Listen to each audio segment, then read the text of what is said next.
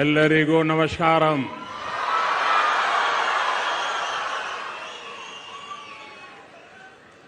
ಸುತ್ತೂರು ಸಂಸ್ಥಾನವು ಶಿಕ್ಷಣ, ಸಾಮಾಜಿಕ ಸೇವೆ, ಅನ್ನದಾಸೋಹಕ್ಕೆ ಪ್ರಖ್ಯಾತಿ ಪಡೆದಿರುವ ವಿಶ್ವ ಪ್ರಸಿದ್ಧ ಸಂಸ್ಥೆಯಾಗಿದೆ. ಈ ಕ್ಷೇತ್ರಕ್ಕೆ ಆಗಮಿಸಿರುವುದಕ್ಕೆ ನನಗೆ ಸಂತೋಷವಾಗಿದೆ.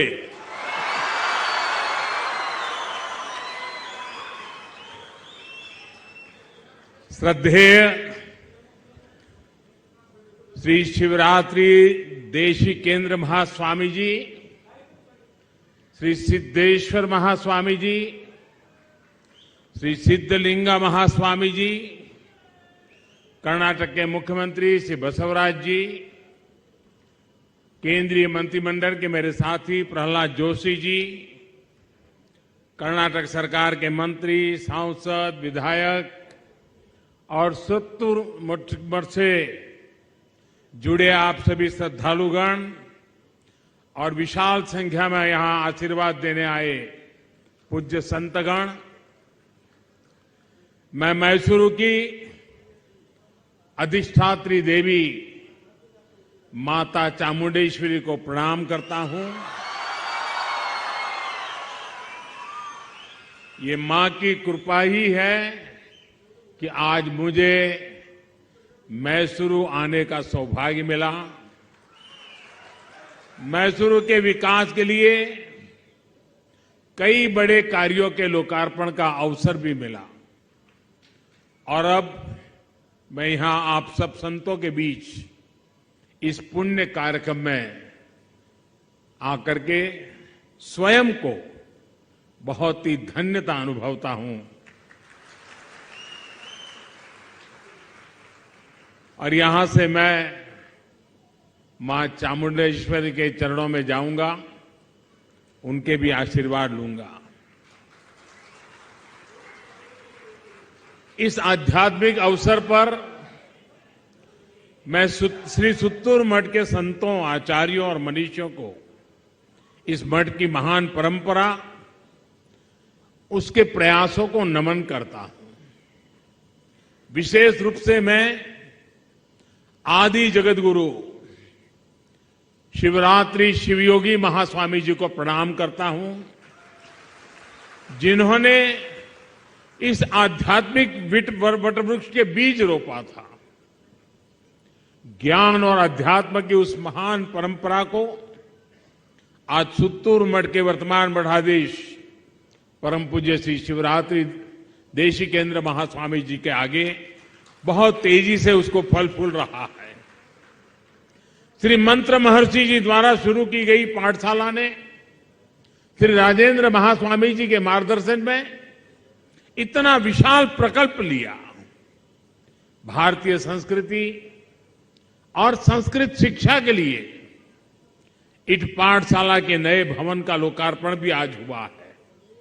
मुझे विश्वास है कि अपने इस आधुनिक और भव्य स्वरूप में ये संस्थान भविष्य निर्माण के अपने संकल्पों को उसे और अधिक विस्तार देगा.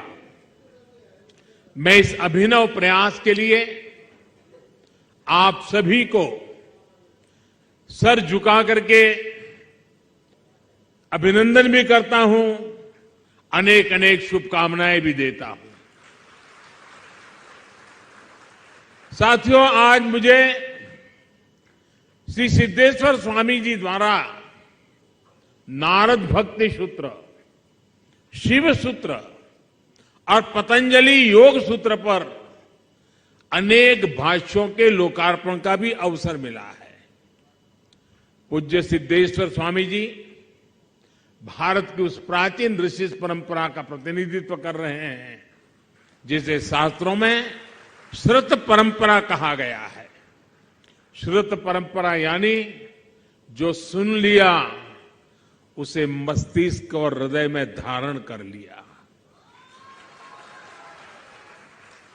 विश्व योग दिवस के अवसर पर पतंजलि योग सूत्र का भाष्य, नारद भक्ति सूत्र और शिव सूत्र के जरिए भक्ति योग और ज्ञान योग को सहज सुलभ बनाने का ये प्रयास, इसका लाभ न केवल भारत को बल्कि पूरे विश्व को मिलेगा। और मैं आज जब आप सबके बीच में हूं तो मैं कर्नाटक के जो विद्वत जन है उनसे प्रार्थना करूंगा कि दुनिया में समाज विज्ञान पर जो कुछ भी लिखा गया है पिछले 4-5 शताब्दियों में, अगर उसका अध्ययन करेंगे तो इस विषय के जानकार लोग इस बात पर पहुंचेंगे कि नारद सूक्त उससे भी पुराना है और समाज विज्ञान का एक बहुत बड़ा उत्कृष्ट संपुट हमारे पास है।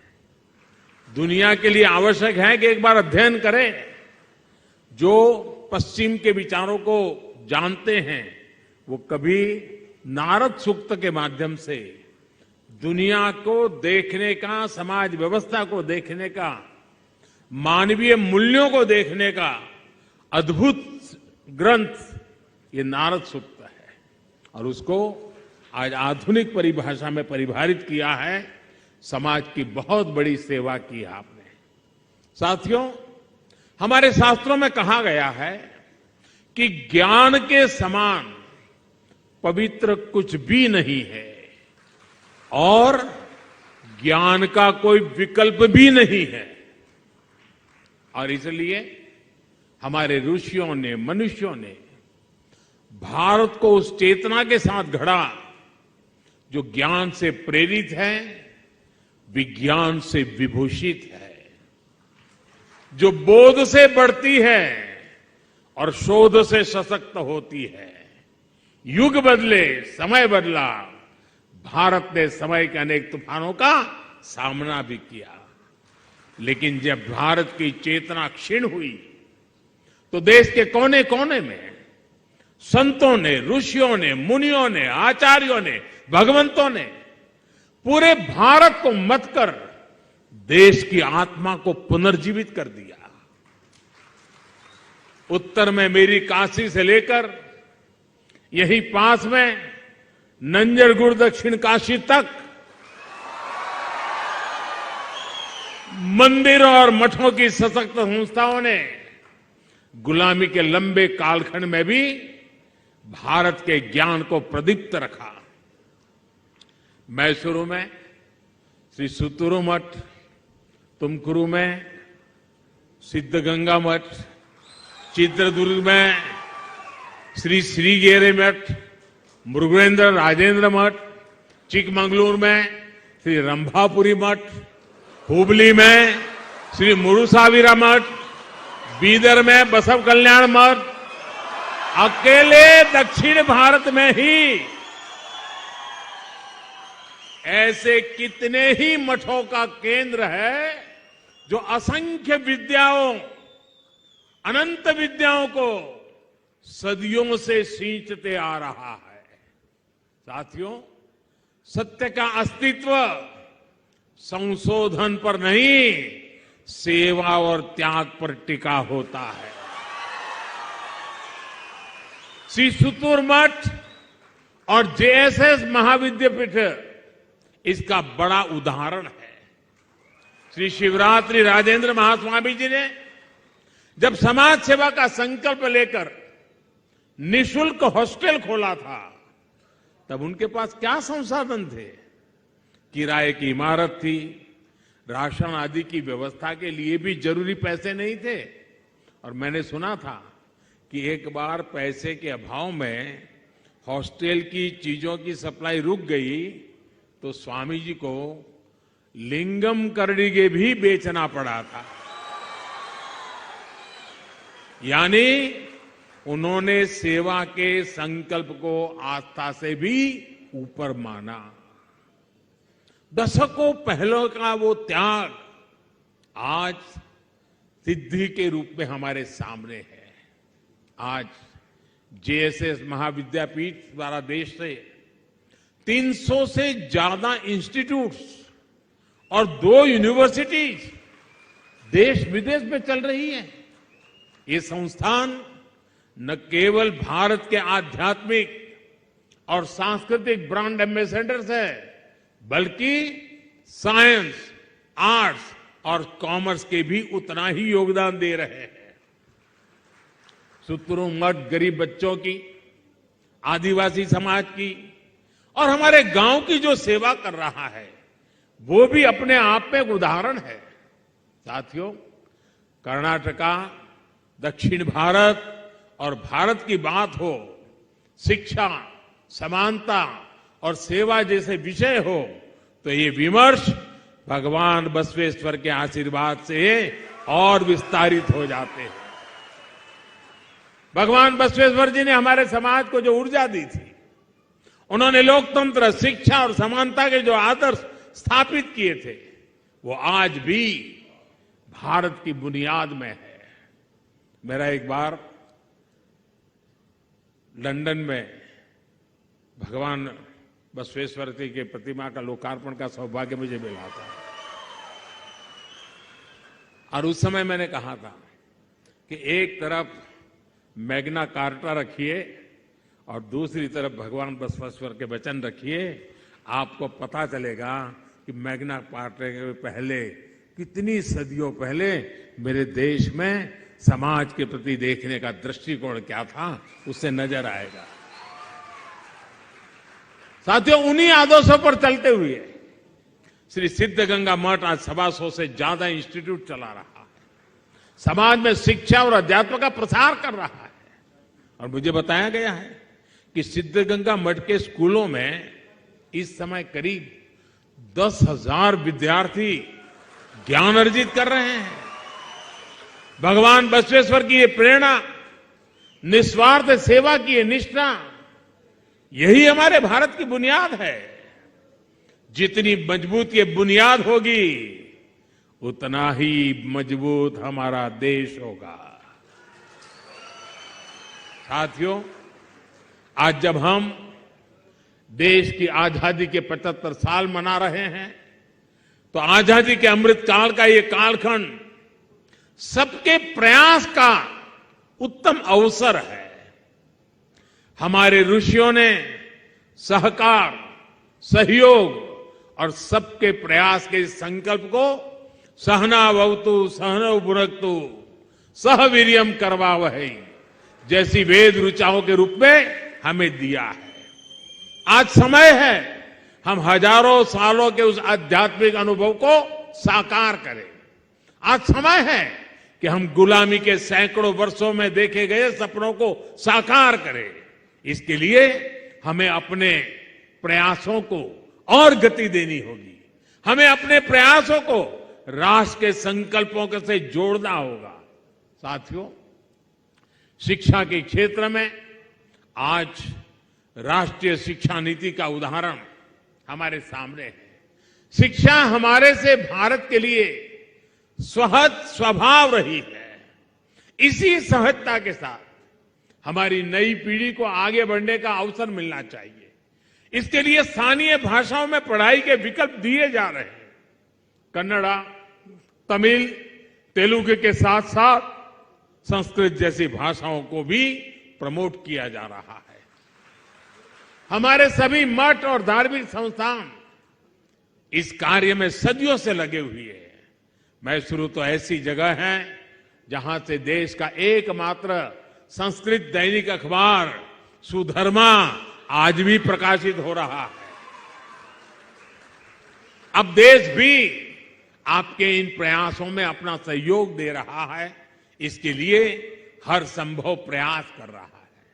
इसी तरह स्वास्थ्य और आरोग्य की दिशा में भारत के प्रयासों से आज आयुर्वेद और योग को पूरी दुनिया में नई पहचान मिली है। हमारा प्रयास है कि देश का एक भी नागरिक अपनी विरासत से अनभिज्ञ और वंचित न रहे। इस अभियान को पूरा करने के लिए हमारे आध्यात्मिक संस्थानों का सहयोग बहुत महत्वपूर्ण है। ऐसे ही बेटियों की पढ़ाई लिखाई के लिए जल संरक्षण के लिए, पर्यावरण के लिए और स्वच्छ भारत के लिए भी हम सबको मिलकर आगे आना होगा। एक और महत्वपूर्ण संकल्प प्राकृतिक खेती का भी है। हमारा अन्न जितना शुद्ध होगा, हमारा जीवन भी, और अन्न शुद्ध हो तो मन शुद्ध, उतना ही स्वस्थ और पवित्र होगा। मैं चाहूंगा कि इस दिशा में भी हमारे सभी धार्मिक मठ और संस्थान आगे आकर लोगों को जागरूक करें। हमारी इस भारत माता, हमारी इस धरती माता, उसको हम केमिकल से मुक्त करें। इसके लिए हम जितना करेंगे, ये मां के आशीर्वाद सदियों तक हमारे काम आने वाले हैं। साथियों, जिस कार्यों में संतों का प्रयास जुड़ जाता है, उस कार्य में आध्यात्मिक चेतना और ईश्वरीय आशीर्वाद भी जुड़ जाता है। मुझे विश्वास है आप सभी संतों का आशीर्वाद निरंतर देश को मिलता रहेगा। हम साथ मिलकर नए भारत का सपना पूरा करेंगे। और आज मेरे लिए बहुत सौभाग्य की पल है, पूज्य संतों ने जिस प्रकार से मेरे लिए अपनी भावनाएं प्रकट की हैं, मैं जानता हूं जो कुछ भी मेरे लिए कहा गया है, अभी मुझे वहां तक पहुंचने के लिए बहुत कुछ करना बाकी है। लेकिन मुझे इस बात का भरोसा है कि संतों के आशीर्वाद,